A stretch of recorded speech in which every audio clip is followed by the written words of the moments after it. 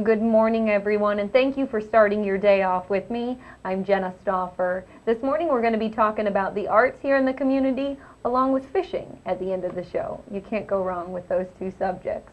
But first I want to feature another local artist. This artist is actually one of my favorites. Now, the first time I met him, I was just totally blown away by the amount of talent that this man has.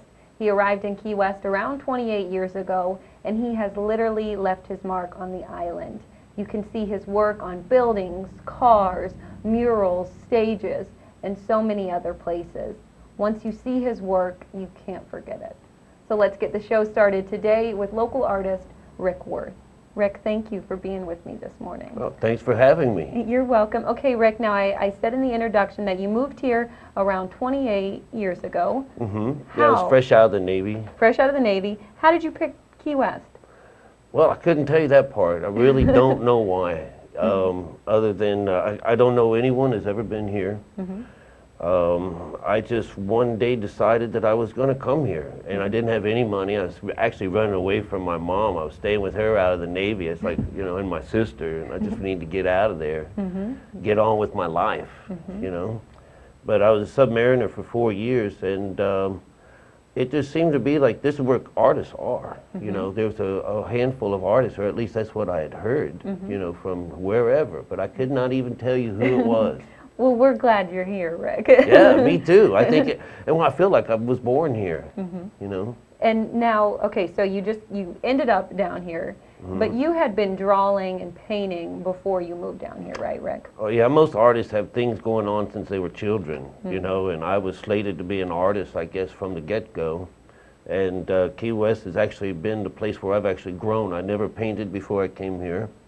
But I had drawn. I have a lot of drawing for my background and a little bit of architectural renderings. And so, you know, it gives me a good perspective, or at least a little heads up on drawing, you know, some of the architecture and scenes in town. But, but it's not only that, I was a jack of all trades and a master of a few is what I say. So I work in the theater down here, and I work during the festivals. I've taught at every school in town, and I help out a lot with the community and different things with fundraising and what have you. Murals, public art, you know, I spearheaded. I was the one guy that was painting, so I was the only guy that they were saying no to. And so I decided to paint anyways. Yeah, they didn't have any guidelines. Wait, who said no to you? Well, HARC at that time, you know, it's Historical Review Board.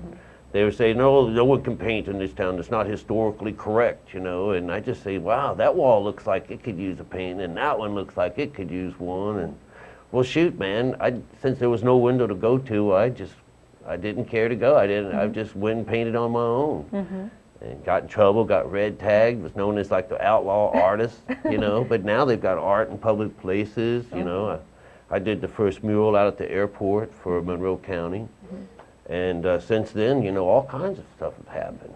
What's your favorite thing to paint, Rick? I like the old, something that's broken down, a house where one of the, you know, it's on its knees sort of, you know, or something that's got a little rot to it. You look at it and you kind of feel sorry for it. But to me, it's extra love, you know, because that really has some, it's like when you're doing someone's photo or painting of their faces or something, you're being very honest. And some of these really old homes, you can see as a portrait that they're very honest. You can see all the lines and the wear and the tear, and it's just has so much life to it. So that's what I really like, and people like that as well.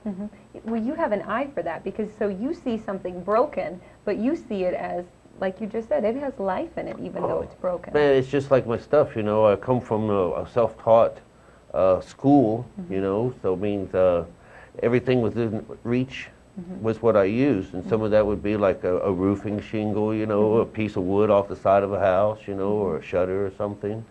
And it'd be like taking and recycling something, perhaps, if that's what they wanted to say. Me, I just saw it as, you know, hey, there's a canvas, you know, but it's bringing something back to life, and you truly get a piece of Key West when you paint on an object like that, you know.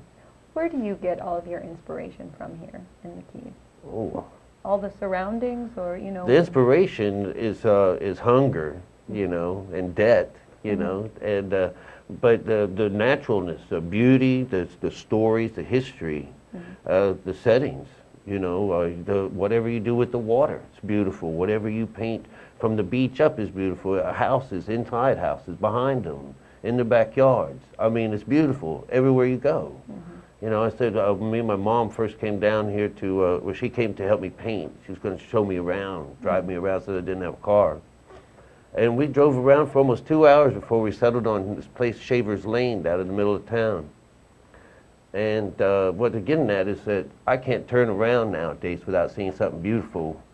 I mean, no matter which way you look, you have a painting. So how, you know, how many paintings do you do a week? I don't think I do it like that. I paint by the need. Okay. You know, but I can paint really fast. This town, you know, they wanted everything yesterday and for nothing. And so, like I said, they grew me up. So this is my home. So I paint really, really fast, and I'm pretty fair too. You know, with prices and stuff. Okay. And now you're also doing some classes. Yeah, I teach art class at the studios of Key West. I usually do it on Tuesdays all through the year. I do take the summer off to try to work the fat off of me.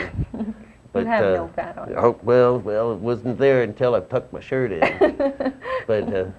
But I have children's classes that I do during the summer now that school is out, and those are like on Mondays and Tuesdays. What, 8:30 to 11:30, something like that. Okay, so if anybody are interested in getting some of your courses, they can call the studios of Key West. Yeah, they can go online, check it out. Check it out. Well, thank you, you know, for sharing all of this with us this morning and sharing your work. All these paintings that our viewers have been seeing behind us, they're all of your work. Hopefully you see some night paintings, because I love those too. Yeah, we have a little bit of everything, so thank you, Rick, and thanks for all you do, you know, here in Key West. Yeah, come and see me at Lucky Street. I'll be there on July 1st, even doing a demonstration. They're kind of, it's their year anniversary show. It's a Sunday. And, you know, I'll be in there as well. You know, come and hang out with us if you like. I will. All right, everybody, we have to take a break right now, but when I return, I'll be back with Michael Shields. Stay with me.